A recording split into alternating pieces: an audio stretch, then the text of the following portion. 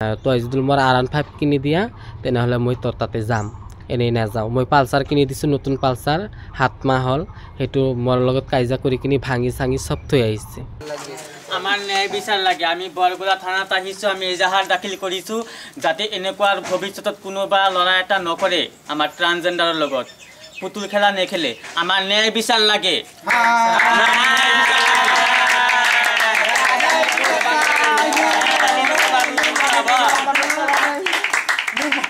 তাৰ লগত মোৰ সম্পৰ্ক হ'ল বাছত আমি যেতিয়া মই বিক মাগোঁ তেতিয়া তাৰ লগত দেখা হৈছে। মোক ক'লে বাইদেউ তোমাৰ নাম্বাৰটো দিয়া।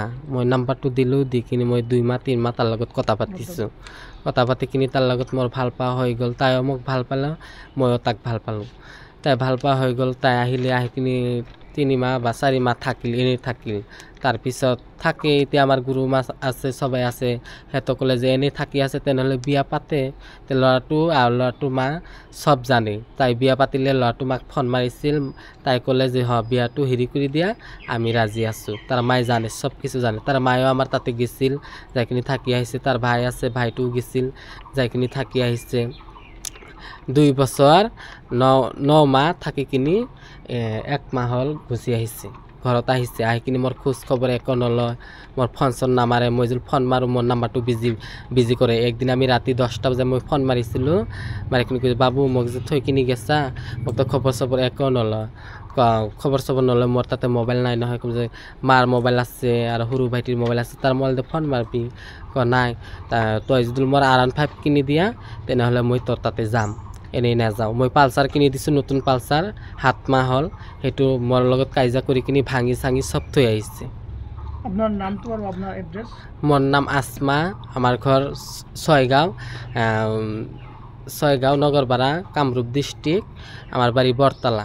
আৰু যিজন ল'ৰাই আপোনাক প্ৰতাৰণা কৰিলে বা বিয়া কৰা আহিলে, তেওঁৰ নামটো আৰু ঠিকনাটো? তাৰ নাম ইয়াদ আলী, আৰু ঘৰটোলে গৰাইমাৰী বাৰাইগড়, তাতে ঘৰ। তাৰ মাকৰ নাম হ'ল নুৰবানু আৰু তাৰ নাম হ'ল ইয়াদ আলী। তাৰ বাপৰ নাম হ'ল আলী আকবৰ আলী। এইজনী আমাৰ যিটো পৰম্পৰা, মানে আমাৰ হিজিৰাৰ পণত মানে বেটি হয়, মানে আমি গুৰু চেলা হয়। এইজনী হিজিৰা আমাৰ চেলা হয়। এই চেলাৰ লগত যিটো ইয়াদ আলী নামৰ ল'ৰাটো, তাইৰ লগত ভাল পোৱা হয়। হোৱাৰ পিছত 2023 চন 17 তাৰিখ 10 মাহত বিয়া হয়, সম্পূৰ্ণভাৱে বিয়া হয়। হোৱাৰ পিছত ইমান দিন থাকি মানে যিমান টকা পইচা আছিল লুটপাট কৰি লৈছে একদম পূৰা। যিমান দিনত 1000 কামাক 1500 কামাক চব তাকে দিছে। সেইজনী হিজিৰা আৰু বিহাৰত প্ৰগ্ৰামো কৰে, মানে প্ৰগ্ৰাম কৰি যিমান টকা পাইছে চব তাকে দিছে। দি মানে এতিয়া নানাৰ বেমাৰৰ কথা কৈ গুচি আহিছে। গুচি আহি ইয়াৰ খয় খবৰ একো লোৱা নাই। কিন্তু এতিয়া আমি আজি আহিছিলোঁ ইহঁতৰ ঘৰত, মানে তাৰ যিটো মা নুৰভানু, গেন্দী বুলি মাতে, তাক ফোন কৰিলোঁ। তাই ক'লে দিল্লীত আহিছোঁ আমি, 15 দিন হ'ল। কিন্তু গাঁৱৰ মানুহ যিবিলাকে আছে চবে কৈছে যে নাই, কালিও দেখা পাইছোঁ আমি ল'ৰাটোৰ মাক, কালিও দেখা পাইছোঁ। তাৰপিছত আমি বিচাৰি নাপাই আমি মেম্বাৰৰ ঘৰত গৈছিলোঁ। মেম্বাৰৰ ঘৰত মানে আমাক বহুত ভালেই পাইছে, মানে বহুত ইজ্জত কৰিছে। কথাখিনি শুনিলে, শুনাৰ পিছত মানে আমাৰ পৰা নম্বৰ লৈ ফোন কৰিলে। ফোন কৰাৰ পিছত ক'লে কোনে কৈছে মই মেম্বাৰে কৈছোঁ। মই ঘৰতে আছোঁ। পিছত ক'লে যে তোমাৰ ল'ৰা যে এটা ট্ৰান্সজেণ্ডাৰৰ লগত এনেকুৱা কৰি আহিছে, প্ৰতাৰণা কৰি গুচি আহিছে, ইহঁতে যে আমাৰ ঘৰত আহিছে। তেতিয়া মানে মইতো এতিয়া ঘৰত নাই, মই অভয়পুৰীত আছোঁ, মই যাম দে, এনেকৈ ক'লে। কোৱাৰ পিছত 2-3 ঘণ্টা ৰখি থাকিলোঁ, ইহঁতৰ খবৰে নাই, ইহঁতে আমাৰ কাৰ্ড বিচৰা নাই। পিছত BTBৰ ছেক্ৰেটাৰী আহিছিল, আহি ক'লে আমি ব্যৱস্থা কৰিম। কিন্তু 3-4 ঘণ্টা বহি আছিলোঁ, আমাৰ ব্যৱস্থা কৰা নাই। এতিয়া আমি ন্যায় বিচাৰোঁ। সেইকাৰণে আমি এইটোৰ নাম কয় বৰগুলা থানাত আহি আমি এজাহাৰ দাখিল কৰিছোঁ, আৰু আমি ইয়াৰ ন্যায় বিচাৰোঁ।